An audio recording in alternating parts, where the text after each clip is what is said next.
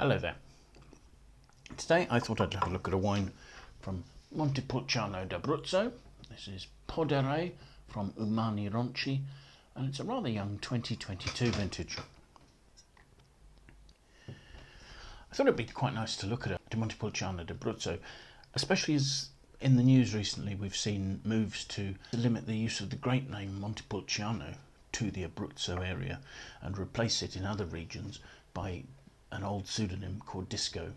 I'll put a link to the story concerning that on our news pages in the text below. Actually, the naming of Montepulciano d'Abruzzo has always been a confusion, because there are other wines from Tuscany, from the town of Montepulciano, actually made with a clone of Sangiovese, so Vino Nobile di Montepulciano and Rosso di Montepulciano, that have nothing to do with the grape variety Montepulciano.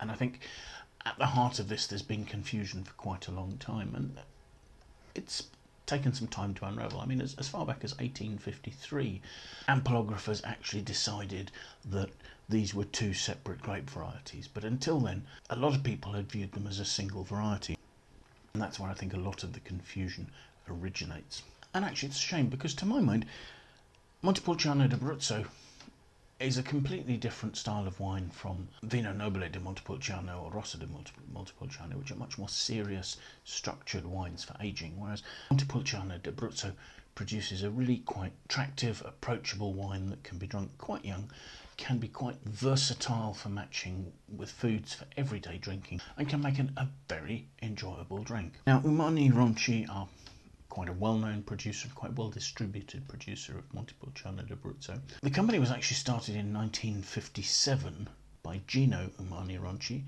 but he only held on to the company for 2 years before selling it to the Bianchi-Bernetti family, who subsequently developed it into an enterprise that covered not only the Marche region but also Abruzzo. And during the 70s they put quite a lot of investment into vineyard plantings and the like. So today there are about 210 hectares in total across the various DOs of this part of central eastern Italy. So we're on the Adriatic coast, with the Marche to the north and Abruzzo to the south of that. Within Abruzzo, the company owns 27 hectares of vineyards, principally as two vineyards, Rosso di Jesi Abruzzi and Morro de Oro. The wine is 100% Montepulciano, and actually the vineyards come from two communes. There's Chieti and Teramo. Now, the viticulture here is very traditional. These are grown on what they call tendon, so tendones, which essentially are pergolas, but it's a large area of grapes being grown above the ground to allow machinery to pass underneath it. So the fruit is hand harvested. This happens in late September to early October, and the fruit undergoes fermentation, maceration, and does its malolactic conversion in stainless steel tanks, all with temperature control. At the end of fermentation, the wine is racked and ages in stainless steel tanks for 4 months. After bottling, it's then aged for a few months more in the estate cellars prior to release. The wine spends very little time aging whatsoever. It's simply enough to let the components in the final blend harmonise. So let's have a look at the wine, shall we? We've got a medium to deep, relatively dark ruby red colour.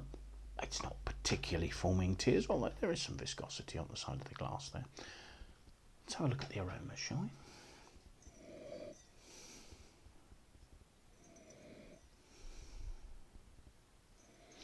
The aromas have a medium intensity of open ripe fruit. There's red cherry, there's darker cherry, there's plum note. Obviously there's no oak or anything like that to complex it. So let's have a taste.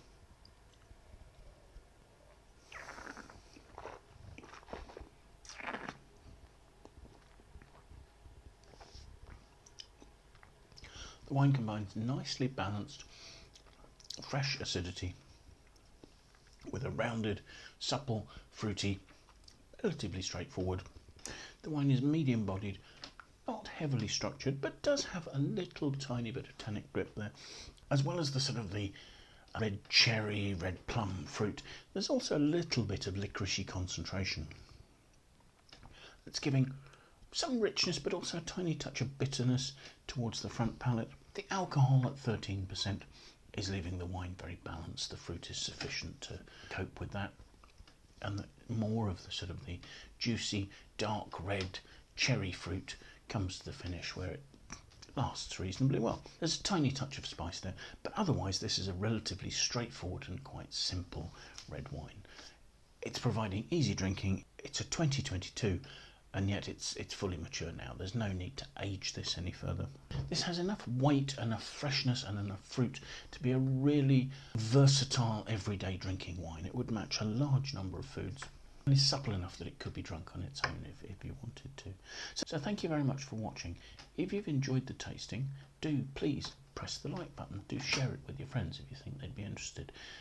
Do leave your comments. We'd love to hear what you think about these wines, other wines you've tried, anything else to do with the videos we're making. Also, please consider signing up and following us on YouTube. It would be great to have your support. Hopefully that will see you for another tasting in the really near future. Bye for now.